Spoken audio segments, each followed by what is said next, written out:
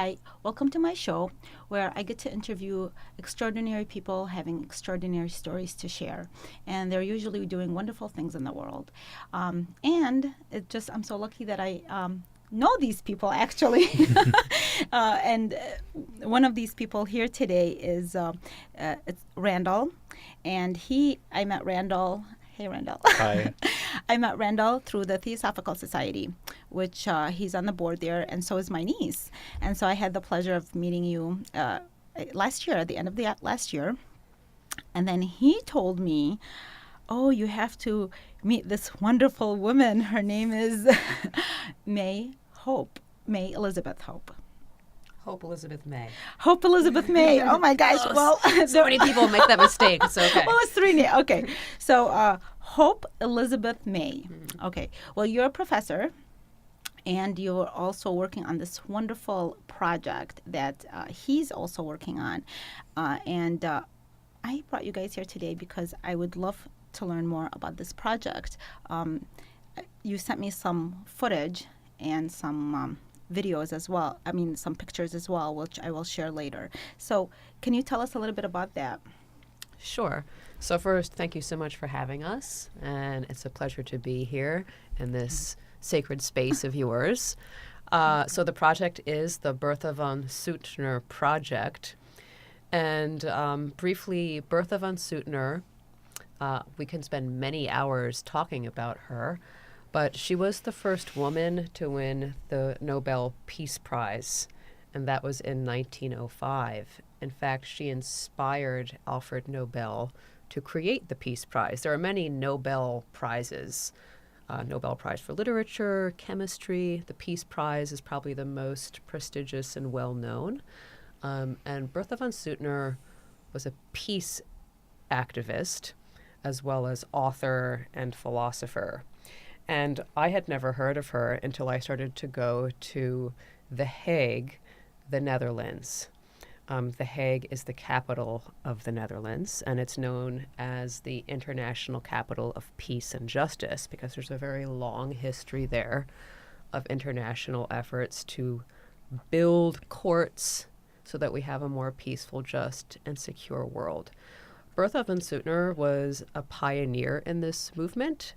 And I learned about her just through my studies of various courts in The Hague. And most of her things, she writes primarily in German. So most of her things are in German. The Bertha von Suttner project, one of its primary objectives is to introduce her and her ideas to English-speaking audiences. So the website is a compilation of many of her articles written in English. We do first-time ever translations into English, and we just are devoted to telling her story, which opens up this whole other universe into other people that she worked with. So she really is a really nice focal point to uncover all of these untold stories that you like to focus on. So I don't know if you want to add anything to that, Randall. Yeah, so when Hope first introduced me to Bertha, I really had never heard of this woman. And it came through a long series of really serendipitous events that led up to going into the archives up at school. And before I had ever gone into the archives up at CMU, Central Michigan University, and before I had met Hope, the international community it didn't mean anything to me. I didn't understand that there was all these frameworks and legal mechanisms for making the world a better place. And so the basic story for me is, I went to The Hague on a study abroad with Hope and encountered this name for the first time. And through this particular person, it opened this portal into the past where I could get a formative understanding, a formal understanding of how the world used to work, how the international community did exist before the UN. It did exist before the League of Nations, and it's just been erased or forgotten, one of the two. So this name is my portal to the past. when I was looking her up and the information that I found, this is what you were saying, that this was there before the UN. And interesting in this interview that I read about you, where you were talking about how regarding peace and how the movement changed after World War I because of the fact of how the people had to react to war. Almost did it become illegal to talk against war, or were they trying to make it illegal? Is that what I would love for you to kind of elaborate on that? Sure. So when we talk about World War I, it's really important to remember that World War I begins in Europe in 1914. Bertha von Suttner died weeks before World War I begins in Europe, and the United States really was quite isolationist and did not want to get involved. There was a very robust peace movement in the United States, really, that becomes stimulated after the Civil War. It was a kind of like, never again, this is just not a good way to solve problems. So even before the Civil War, there were peace activists in the United States. But in any case, you have this movement. And when World War I begins, the United States does not enter until the really end. We enter in April of 1917. And the World War I formally ends in 1918. That's when the Armistice Agreement is signed. But when the United States enters the war in April of 1917, so now 101 years ago, there was a draft. We weren't ready to wage war. There was called a Conscription Act. And there were plenty of people who thought that this draft was unconstitutional, and that, in fact, violated the 13th Amendment, which prohibits slavery and involuntary servitude.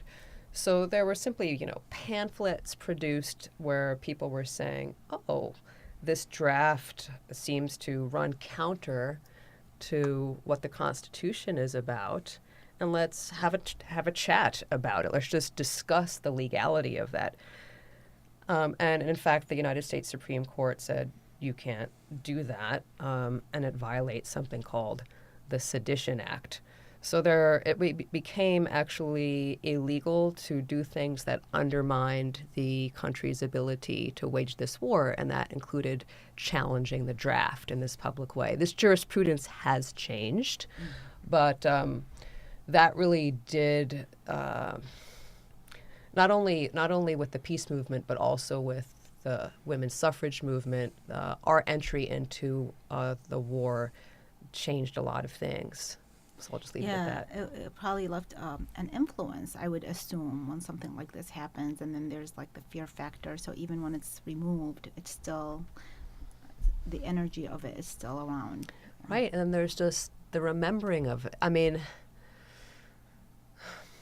I always think of, when I think about our history, I just think about our own lives. And I say to my students sometimes, and to myself, I'm still a student, sometimes when you wake up, you don't know who you are. You don't know what day it is. You're kind of like, what day is it, and who am I? What do I have to do today? And it takes a moment to remember where you are, who you are, and what you're doing. And that's for you. And you're the most, there's nobody who has greater access to you than you. So if it takes you a moment to remember who you are, where you are, how long does it take someone to remember? How long do you remember what you did last week? Do you remember what you did last month? Exactly. And so as a people, and as a species, what are we doing? And so when we have a war, so much is forgotten because so much attention has to be devoted to rebuilding, and everything that's been built up before then is just, we don't pay attention to it. So there's also that aspect to it. The fear factor, yes, but just the natural process of forgetting, which is natural but also could be somewhat intentional, that we don't pay attention to it. I remember that in the article that I read was you mentioning something about changing the narrative. when you write something in a certain way, and then you were talking about the woman, I forgot her name, but who had she was looking at all the different bills, the money that was made, and not one single one of them over the years had a woman on any of the money. The and currency, so, right? Right. And then these all have an influence. Like I was telling you when we were talking earlier, that I'm writing a book right now called Mesopotamian Goddesses, and that same feeling happened to me that she was mentioning, that she suddenly noticed, wait a minute, how come she's looking through all this currency and with different intention, and then she realizes, how come there's not a single woman on here, although were accomplished women or had certain strong roles. And I felt the same way when I come across something and it's like, oh, there's this list of all these women, and then but you have to kind of put the pieces together because they're like scattered all over the place. Somebody found this particular woman and they'll focus on her, and another person found this particular woman. And then you almost want to just kind of like bring them all together somehow, especially they play such a strong role. But if we don't take certain steps to keep their memory, then yes, they will be forgotten. And it is hard to remember things. A lot of people, they don't even know, we don't know things about our own, the laws in our governments as they were changing, because you can't keep up with everything. Right, that's right. Yes, so that is why this project is so special, because of the fact that she contributed so much. And the book that you were mentioning, what's the title of the book? I have it. Well, and talk a little bit about that, please. The book that I don't know if did I mention a book?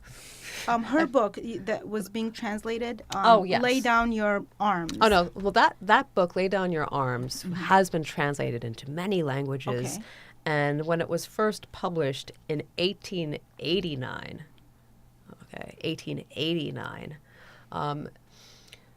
that Bertha had been writing works of philosophy. This is a work of fiction that humanizes for the first time war. Until that time, war was sort of a kind of dignified form of heroism, but Bertha in that book humanizes it and goes into a family and the effects of war on an ordinary woman who loses multiple men in her lives because of this war. So that book actually made her quite famous. She says, interestingly, that she was not a peace activist and then wrote the book. She wrote the book, and that made her a peace activist. So when people who do know of Bertha know of that one book. But however, there's so many other things that she wrote that are even more fascinating and profound. That's a work of fiction. So one thing that we translated is this barbarization of the sky. This is what it looks like. Oh, okay. And this had never been translated into English before. She wrote this in 1912, and it's really a sort of outcry against the militarization of the sky. And in fact, there were laws against dropping things. I didn't know this until I had it translated, but there were laws, and the laws are in this book, adopted at the Hague, that prevented countries from dropping explosives from what was then balloons. So we start to be able to navigate, and she was part of a movement that was against militarizing the sky. We just take this for granted now that, there's planes and bombs. But when she saw this happening, her as well as others are sounding a warning, like, once you militarize the skies, this is going to be a game changer. And of course, we have Hiroshima and Nagasaki, and this is the way that wars are carried out. Drones, bombing, this is the sort of default way. So she's very prescient in warning us against doing this. I don't know if you want to add to that, Randy. Well, I would like to add some context, just like to go one level deeper as to how Bertha von Suttner plays into this story. So we talked about Lay Down Your Arms, and it turns out that book was so popular and influential that it influenced Tsar Nicholas II in Russia. And it was one of two books that are primarily cited as like the motivation for him sending out this letter. And he sends out this letter to every nation on earth that has a military. and he says, hey, we need to meet and talk about peace, because this is getting, like, the costs of war are unbelievable now with industrialization and what have you. And then, like, it's starting to come to the consciousness of humanity that, like, maybe this isn't as good of a way to solve our problems as we think. And so this book is part of that motivation to call this meeting together. And so on May 18th of 1899, there is a meeting, and it happens in The Hague, Netherlands, in a building called Knights Hall. And they talk for the first time ever. Like, the whole world comes together, or most of the world anyway. Every nation with a military is present. And they're explicitly trying to talk about how to make war more ethical. So they didn't say that it's no longer an option. Mm-hmm. They tried to create a mechanism at that meeting to prevent war in the future. So they made this court. It's called the Permanent Court of Arbitration, and it's still an active legal body. It's an amazing institution and worth looking up. And it turns out that Bertha is, like, in the room. She's, like, there. Right? How? Why? Like, these are simple questions, but she's there at this meeting. So she's part of the motivation for why it happened. She's part of the people that are there. And so some of the results of this meeting are these legal agreements to prevent the use of, like, poison darts and dropping things from balloons and whatnot. And this is, again, more than 100 years ago, before the UN, before the League of Nations. This stuff was happening. And it's a story that I never heard about until I left and went to the Netherlands and learned, like, oh, wow, this stuff happened. And so based on her work and people like her, our wars could actually, even though wars do still happen, but perhaps they could be even much worse without this consciousness being present. Mm-hmm. So, and there are some people that really believe that, like you were saying, that can we do this without can we continue to live and survive without war, which is probably more likely than the other way around. But there are people who believe that war is a natural thing of our civilization, which really sometimes the more you read and the more you research, that's not really true. It started the way the system of it, the armies and all that started in a certain way, organized in the way that it did, and it just kept getting bigger and bigger, and then it just seemed to become more brutal. And if there wasn't people like her trying to maintain that balance so it doesn't go overboard, then it would go overboard. Mm-hmm. So what are you hoping to be able to do from a project like this? Because it's very important, and it helps people learn. I'm just even listening to you guys, I'm learning so much about her or her participation, and we forget sometimes, well, not just we forget, we take for granted mm-hmm. how the Western world does have this type of stability and peace. So I come from the Middle East, and they haven't formed this kind of these kind of meetings and these kind of peace conferences, or they try, but they haven't gotten to the point where the Western people have. And she's part of that reason, her and many other people, obviously. Mm-hmm. But when we bring these kind of things to memory, then it helps us realize their importance, and for us to understand that, well, somebody started this. They put their heart and soul into it, and they invested so much to teach us this and the importance and how devastating the war is. And we keep seeing this with our own eyes. But it also inspires us that how can we continue this person's work? Mm-hmm. Just in the honor that here you are, mm-hmm. She put so much into this. How do we continue? So what is the purpose of the project? And how can people maintain and honor her work? Thank you for this question. Mm-hmm. So when this project was referred to, like this project of, you use the phrase humanizing war, making it less brutal.